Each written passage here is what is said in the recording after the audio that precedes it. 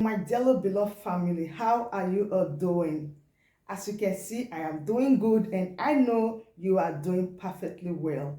All right, my wonderful family, if you are just seeing my face for the first time, I am Agatha Progress channel on YouTube and I come across your way every blessed day. In this channel, we react to all videos, and in this channel as well, our opinion is highly needed. So why don't you drop your comment in a very constructive way so that we all will jubilate in the comment section. As you know, I don't understand what to know about this video that you're about to watch, but I do hope you pick some sense from those videos. All right, my wonderful family, let me drop the video so watch it together, and don't forget not to subscribe. Share this video with your friends and family so they know all what is going on in the global world today. Right now, let's watch the video and I will be right back. In fact, these people, they gave them the go-ahead to do whatsoever they want to do. They carry the AK-47 as if it's chewy stick. They carry it along. Nobody is searching for them. Nobody is looking anywhere for them. But there is no way they can hide the truth so long. I have a video here that I want us to watch together, how the meeting ended. In fact, they will only keep the matrixtion of eastern part of Nigeria, what happened during the war, but they cannot hide the history. They will only try to keep it, but they can never hide it. A meeting was like shutting down because of someone that stood up to say the truth. And I want to release the video so that we'll watch it together. And don't forget, drop your opinion for me in the comment section and I will be right back. And it's not just about today. It is about over the last 60 years. 60 years of injustice, of wickedness, of tyranny, and of slaughter. That, ladies and gentlemen, is the history of our country. And it matters not to me if you want to hear it or if you like me or not. Because truth is what matters, no matter the consequences. Why do I say this? Why do I say this? Well, I won't go too much into history because there's not enough time. Most of us here are conversant with our very ugly past. But a situation whereby 3 million people, not 2, 3, and 1 million of them were children, civilians, were slaughtered in a civil war with no apology, with no reparations. We act as if it never happened and we refuse to acknowledge it. That in itself is unacceptable in any civilized society. Regardless of the reasons, there can be no reason. There can be no justification for the barbarity that these people were subjected to. I'm talking about the people of the East. I'm not from there. But it was barbaric. And we need to think about settling that issue before God, before even talking about progress. Let's talk about the situation of the people of the Middle Belt, which is very interesting because I've been living in this part of the country, the Middle Belt, since 2001. And if anybody can be categorized as a Middle Belter, I can be just as much as anybody else, by virtue of the fact that I've been living here for a considerable period of time. Hey, look at the history. Look at what has happened.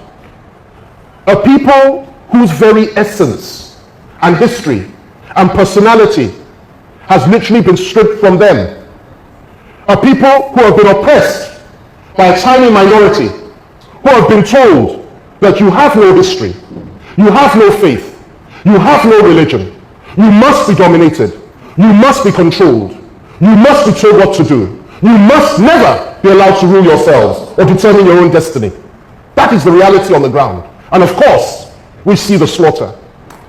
I cannot understand it. I cannot, and I will never accept it, even if others do. It is not abnormal where Christmas Day 2016 and Christmas Eve, 800 people, women and children, civilians, were slaughtered in southern Kaduna. I don't understand it. And nobody was arrested for it. Killed by Fulani herdsmen. Nothing happened. The same is replicated in Taraba, in Adamawa, replicated all over the Middle Belt. Now it is encroached into the south. Yet we are even afeared to talk about these things. We dare not talk about it. We act as if it never happened. We push it, sweep it under the carpet. This is abnormal.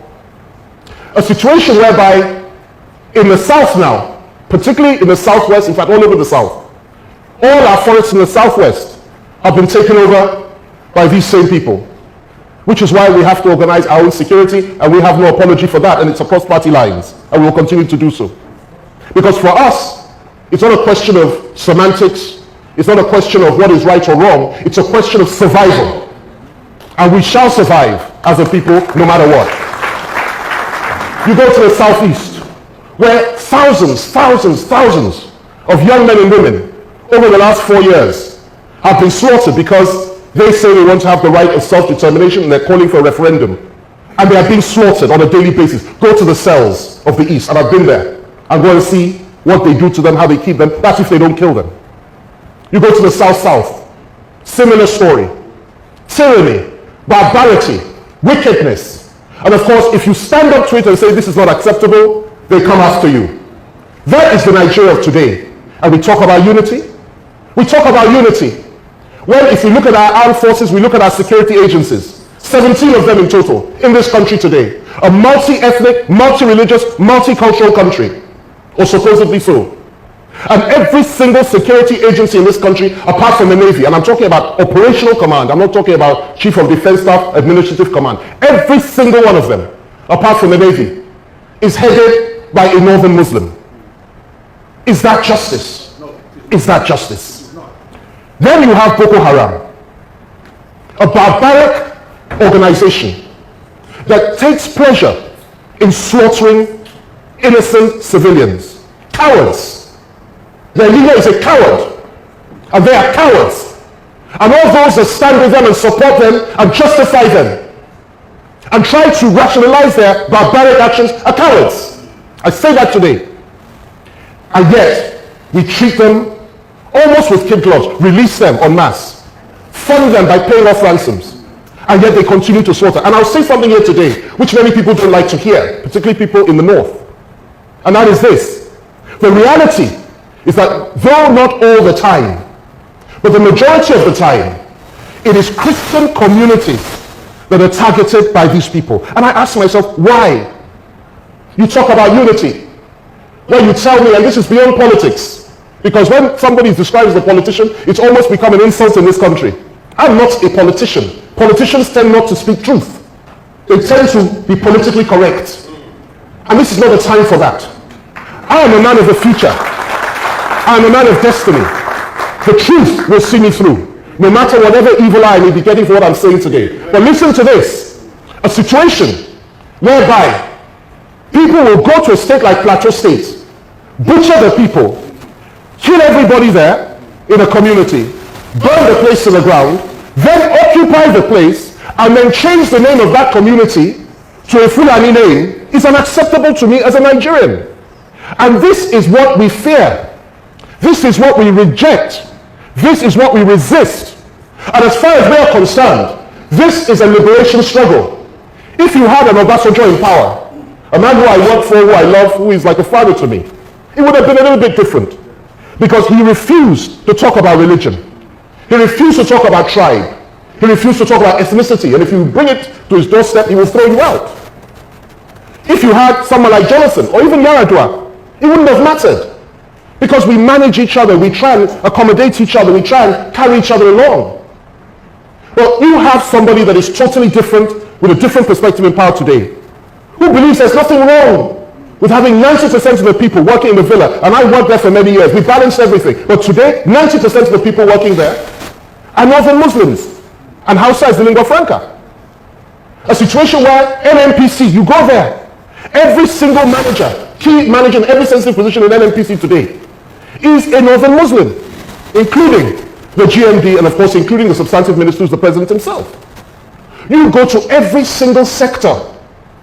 It has become a crime and almost a curse to be one, a Christian, to be through a southerner, to be through a middle belter in Nigeria today. And that is why we refuse to accept it as it is. And that is why the call for self-determination cannot be wished away, no matter how much some want it to go. It's not going anywhere. The more you kill, the more you maim. The more you jail, the more you suppress. The more you remove our identity, the more you remove our foundation. The more you insult us, the more we will cry out and say enough is enough. If we want peace, if we want unity, if we want progress in this country, then let us come together as human beings and recognize the fact that killing, murder and mayhem cannot be a solution for anything. Let us dialogue, let us talk, let us devolve power. Now I'll end with this. The old men in the South, and when I say that, I say this with the greatest respect to them, the great elders in our society and our community, talk today about restructuring, they talk about devolution, they talk about equity, they say such things with such power, with such eloquence. And that's fair enough, because some of us have been talking about that and saying that for many, many years, and nobody listened. But let me tell you something, and this is the bitter truth. The younger men, particularly in the South, are not talking about that anymore. They are now talking about the right to self-determination. They are now talking about the right to live in peace. They are now talking about dignity, honor, and a sense of history, looking at their past. And it's the same all over the country. To the people of the North, particularly those they call the northern minorities, who are not minorities, but are in fact the majority, I say, hold on, be strong, because many of us from the South are praying for you, and we are with you. We are together as one, and you are the hope of keeping this country together. It is because of you that we say we should remain together as a country, but we must join hands, and we must fight it together. Evil always has an expiry date, and this one too shall pass in the name of Jesus. So that is all about this video. What is your take on this particular video? Don't you know that there is progress, or there will be progress at the end of all this problem that is going on? All right, my wonderful family, do not forget, the way we normally do it. Share this video with your friends and family so that they see the latest that happen all over the globe.